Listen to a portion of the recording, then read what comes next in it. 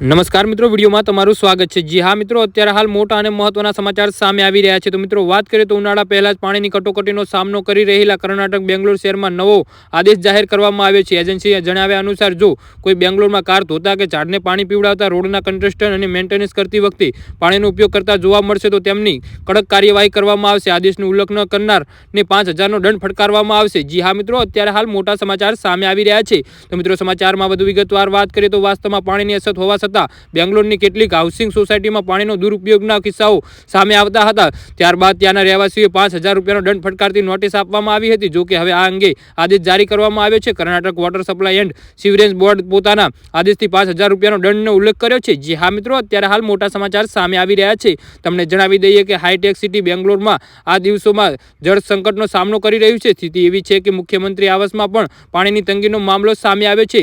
5મી ફેબ્રુઆરી અહીં પાણીના ટેન્કરો આવતા જતા જોવા મળ્યા હતા। સોસાયટીઓ અને કોલોનીમાં પાણીની ભારે તંગી છે। ટેન્કરોથી પાણી મંગાવવામાં આવી રહ્યું છે। જી હા મિત્રો, તો આના વિશે તમારું શું કહેવું છે તો નીચે મારી કોમેન્ટ બોક્સમાં જરૂરથી જણાવજો અને મારી યુટ્યુબ ચેનલને સબસ્ક્રાઇબ કરવાનું ભૂલતા નહીં।